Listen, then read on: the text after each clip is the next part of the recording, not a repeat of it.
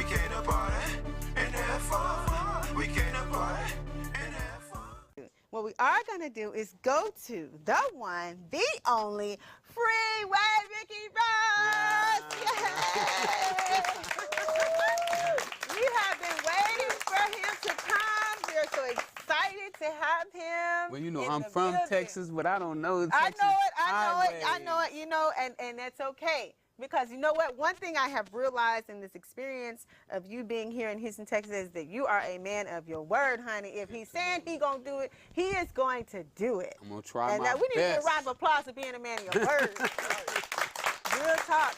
We thank you here for being a part of Mocha Brown Presents Getting to Know You. I know that you've been traveling Houston as a part of your book tour, which is right here, Freeway Rick Ross, The Untold Autobiography.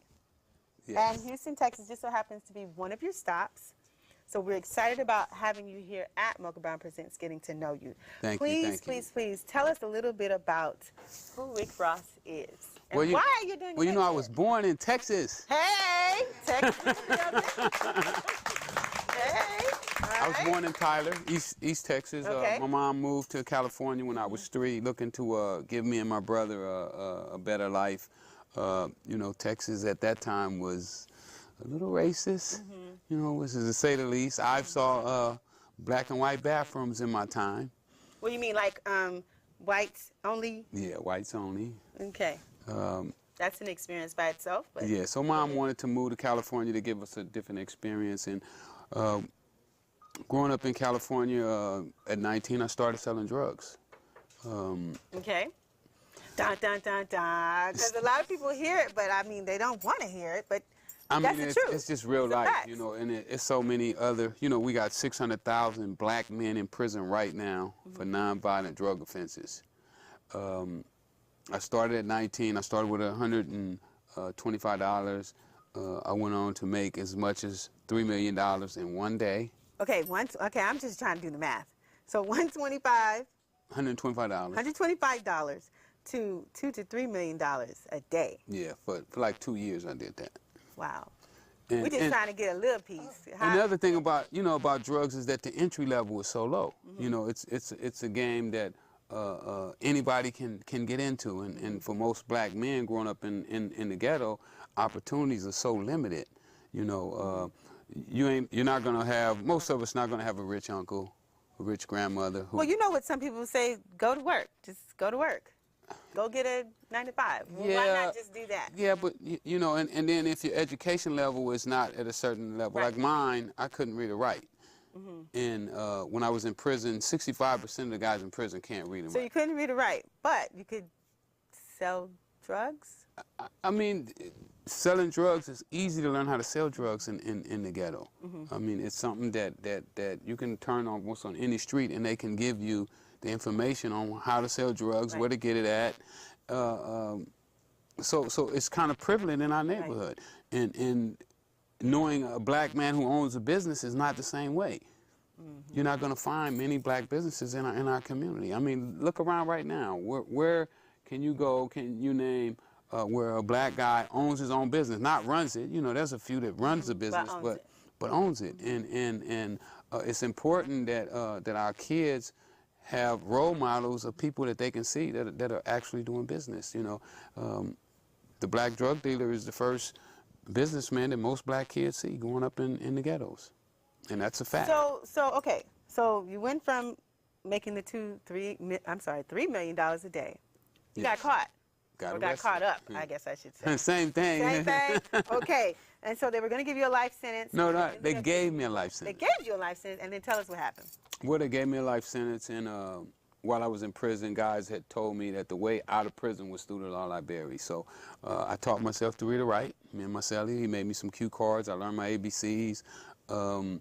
I eventually started reading the newspaper, then law books, and to the point to where when I walked in the courtroom, I felt that I was the smartest person in the courtroom. Than the lawyers? Smarter than my lawyer, yes, who I had hired. He went to Harvard University, graduated top of his class. My prosecutor was a top prosecutor. He only prosecuted cases $10 million and above. He went to Yale University, And You I had started. a high-profile lawyer. My case was very high profile. Yes, front page of L.A. Times, New York Times, Washington Post. Eventually, you know, Gary Webb did the story from Sacramento Bee, Dark Alliance. So it was a very high profile case. But you were smarter than him. Yeah, I think so. I mean, my argument Because what eventually happened- won. Yeah, exactly. So I guess that's a Right? sign. That's a big deal. That's a You sign don't of go being from, like, smarter. hey, I mean, it's something. You don't go from life in jail. You're not going to get up out of here. Right. To, we're going to just give you 20. Right, right. So absolutely. I mean, there is some plausibility to me being smarter than he was. I mean, he's mad that I'm out right now. Is he? I can guarantee you, absolutely. He won't speak to nobody, because you know news reporters have They tried want to talk to his side of things. I'm sure. Absolutely, absolutely. He should give his side of the story, but he won't talk. So I think that I did outsmart him in my case because People are probably I would have gonna wanna pled start guilty to hiring 20. you. I tried to plead guilty to 20. Right. I asked them to give me a plea bargain for 20 years, and they said no. So for me to go to trial and get 20 years is a victory. I believe. I would. Well, we want to congratulate him. We're glad you're out. We're glad you're out here in the free world doing what you do. And since getting out, you have decided to put out a wonderful book. Yeah, I wrote this book Freeway, Rick Ross Untold. when I was still in prison. I wrote this while I was still there. Tell us about that. I was sitting in my cell, you know, and you get a lot of time to think when you locked up 24 hours a day. Oh, and, yeah. and you do a lot of laying in the bed and a lot of pacing back and forth in your little cell and just thinking about all the things that you went through in life. And while I was doing this, you know, I started thinking about myself as a young man growing up and how my life could have been different. Right. You know how people say, what would you have done different? Well, I started writing all that down. You know, what I did, how I did it wrong, how I did it right, and what I would have done different. And it just came to me that young people needed this type of information to base their decisions on. You know, I mean, it's just like going to school. When you go to school, most of the textbooks are something that somebody did before and they put in a textbook, and now the kids get to go and analyze it and then come up with an answer. And let's speak to that fairly quickly. I understand that a lot of colleges do become. Texas Southern University has invited you to come and speak with them. Not that I'm shocked, but I'm kind of shocked because in my head I'm thinking, okay, they're not going to let anybody that used to be a drug dealer or, you know, not a big time one at least, come into school and talk to these Well, why not have the best? Why not? If you're going, I mean, if I'm on my kids to learn from somebody, I'd rather for them to learn from the best. Don't give me a mediocre. Yeah. You're going to bring the mediocre here to teach my kids how to be the best? Right. No. So I would want my kids to learn from the best. Okay, yeah, what I did was wrong. I'd admit that. But at the same time, there was lessons that was learned, and I feel that our kids should get those lessons from the best people they can and from as many people as they can. I mean, I would even say that a guy who didn't sell drugs good should also write a book, you know, and tell why he figured that he didn't do as well in the drug business. And I think that this kind of information would help our kids start to make rational decisions. That makes sense. Thank you. I know we have some questions in the audience. I don't know that we have time to ask them. I think we've got 4 minutes. Maybe we can ask one question. I just wanted to tell him, you know, he's a voice for a lot of us brothers, because that's a story for a lot of us brothers in the inner city. You know, so he's like a voice. You know, he's a voice speaking. for a lot of us who don't get to, you know, that don't get to tell our story. And you know, I was telling it, and not don't get to because it's not the code of the street said we don't talk about our stories. Exactly, and that's what people say. And that's one of the things that I wanted to do is that I wanted to change that. I wanted to start speaking out because the guys who introduced me to the drug business, they didn't introduce me to the whole business. They only gave me a small part of it that attracted my attention. Now, if they would have told me that my mom was going to break down in court and scream out like somebody had really did something to her and I couldn't do anything because marshals had me, you know, they was ushering me out with handcuffs This really on. happened. This happened in the courtroom. My mom, when that judge say life without the possibility, I'd already told my mom that I was going to get life. So But hearing it is another But hearing story. it was a total different thing. And when that judge said that, it really hurt my mom. And that's probably the worst pain that I've ever seen her in. Right. You know. Right. So for me, when I walked in that holding tank, the thing that was running through my mind was that I'll never see my mom again as a free man. Right. So they didn't explain that to me. Right. They didn't explain to me that my kids were going to grow up without a father. Right. But he's a voice from doing something extreme as making $3 million a day selling drugs to getting out of jail and writing a book. Something positive. I think we got another question for you. Yeah, I got a question. I come from the hood too. You know what I'm saying? I'm from the same background as you, and From Herm Clark. I'm from Herm Clark, Texas. Already, you got tell them again. Herm Clark, Jurassic Clark, Texas. Hey, but what I wanted to ask was, good or bad, what is your biggest regret out of everything that you did with that whole situation? Well, when you say regret, I don't know if regret is the correct word. Because if you start regretting things, then you don't like who you are today. We've all made mistakes. Right. You know, there's nobody that's alive that has never made a mistake. You know, Jesus said, ye that has never sinned, cast the first stone, and everybody start backing up because they couldn't cast a stone because everybody had made mistakes. And anything that I feel that I have done wrong in the past, then in the future, I'll make sure that I don't do that same thing. So what I do is I look forward and not backwards. So what I'm doing now is I'm planning my future and making sure that I don't make the same mistakes that I made in the past. Good answer. All right, really quickly, tell us a little bit of information about the book and how we can get it. Well, I wrote this book for us, especially street dudes, you know, people who grew up in the hood. And that's really who been buying it. You know, Oprah ain't going to pick this book up. She might. I doubt it. She might. But we don't need Oprah. We don't need none of them. You know, we got everything we need in the hood. All we have to do is learn how to take what we got in the hood and make it work for us. And what I hope that people get out of this book, most of all, is how to become critical thinkers. Because once you become a critical thinker, you can take anything. You can take something as negative as selling drugs and make something out of it for yourself, and also have people that also benefit from it. So if we become critical thinkers as black people, I think that we can change our whole situation with the gangs, with the drugs, with the homelessness, with the unemployment, with the lack of businesses, the whole 9 yards, because we have the resources. We built this country. Our ancestors built this country for other people. Now, it don't make sense that we can't build for our own self. That's right. That's right. And we can. But all we have to do is have confidence in ourselves, start thinking about what it is that we have to do. Each individual has to think about what I have to do and be willing to dedicate themselves to making it happen. Good answer. Round of applause. Great answer.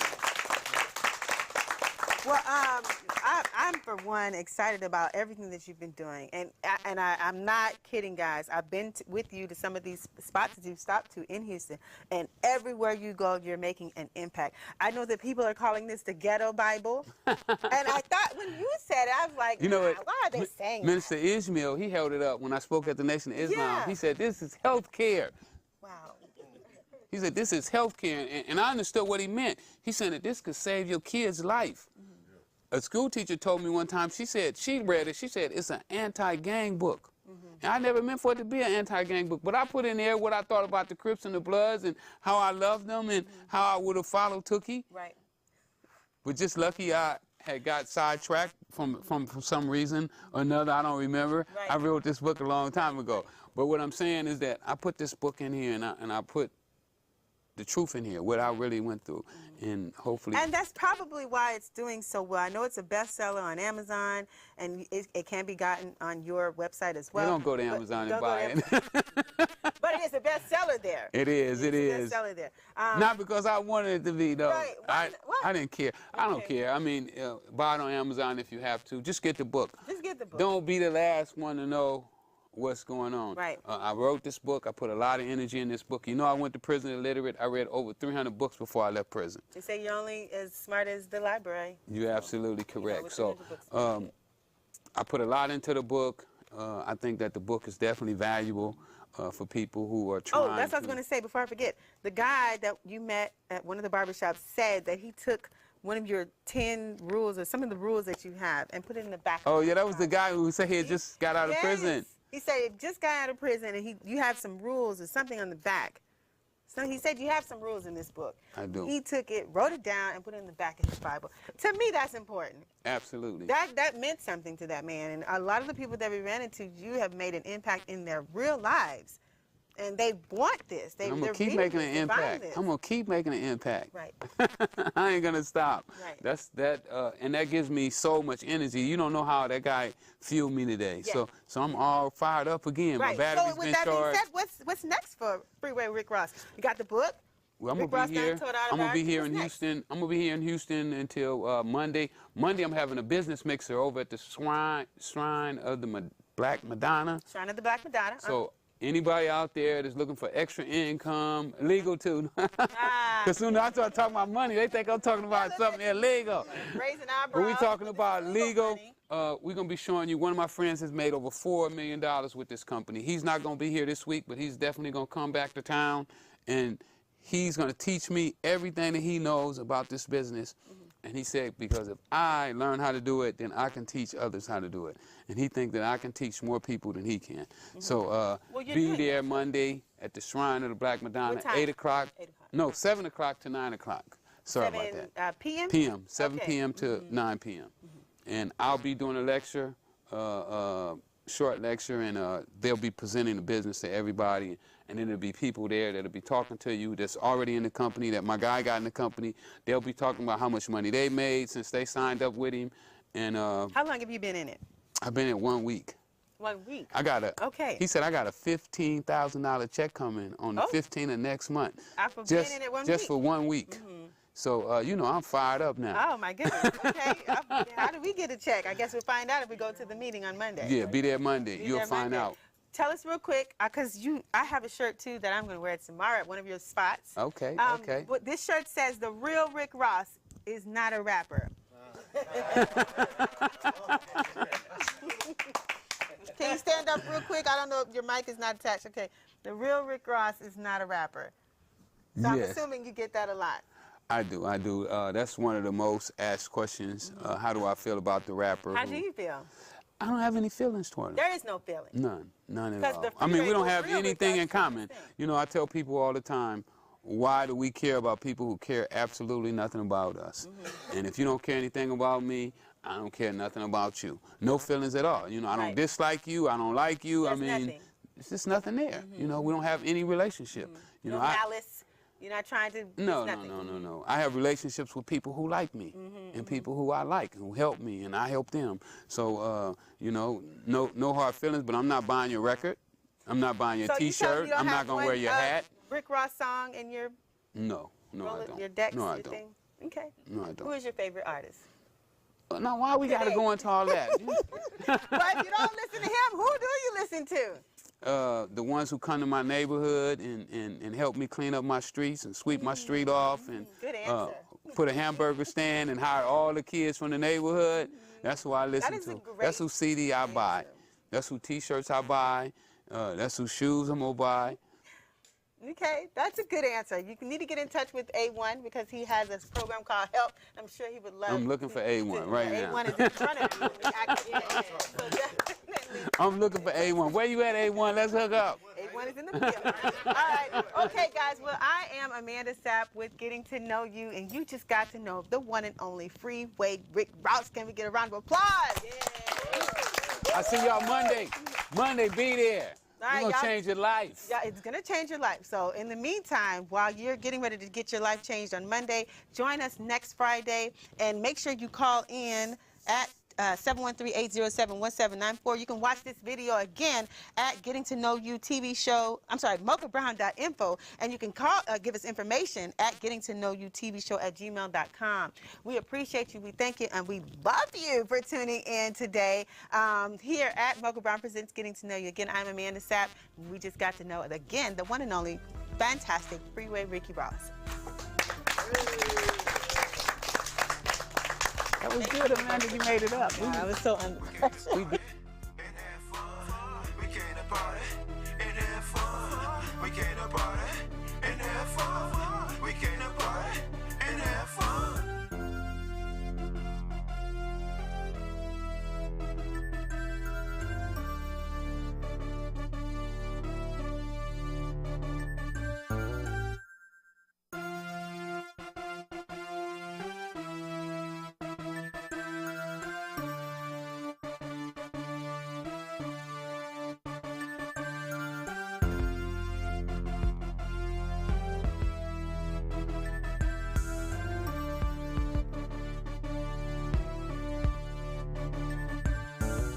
We came to party and have fun. We came to party and have fun. We came to party and have fun. We came to party and have fun. We blessed to see another day. Y'all say hello. Hello, everybody. We get to know you. How was you today? How are you today? Hope all is well. I pray to see you smile is all I'm trying to say. Come stay a while. Let's talk and parlay.